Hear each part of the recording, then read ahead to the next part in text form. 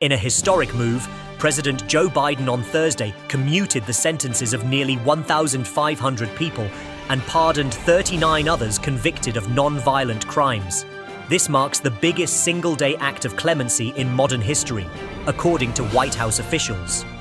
The individuals receiving clemency were largely those on home confinement due to the COVID-19 pandemic, who demonstrated rehabilitation and reintegration into society.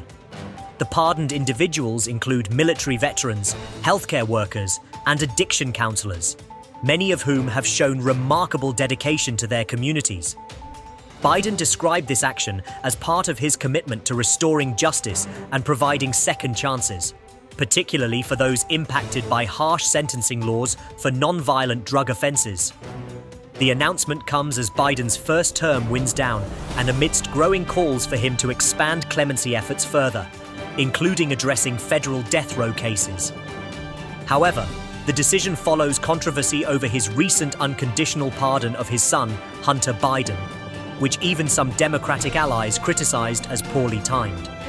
Biden insists that the clemency actions reflect his broader goals of promoting equity and justice in America, and he has promised further announcements in the coming weeks.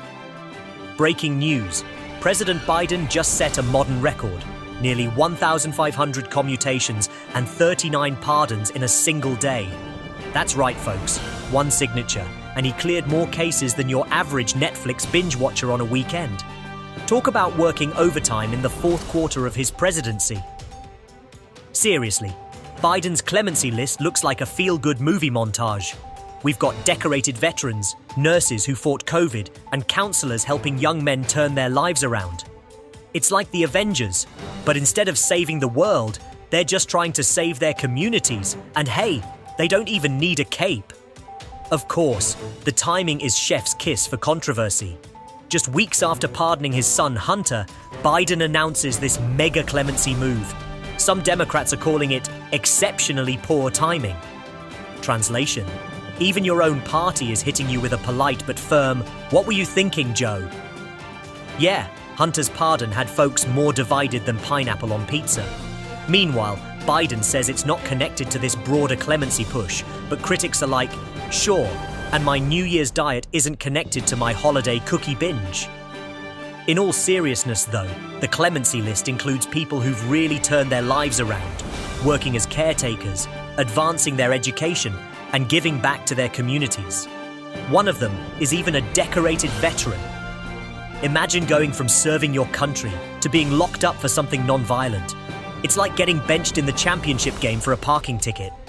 The critics still have a point, though. Biden's running out of time, with Trump waiting in the wings for January. Some folks are saying, hey Joe, how about throwing a Hail Mary and clearing death row while you're at it? Because if there's one thing worse than controversial pardons, it's unfinished business. Well, Biden says more clemency announcements are coming soon. Until then, he's consulting with legal teams and advisors. Translation: lawyers are working harder right now than Santa's elves in December.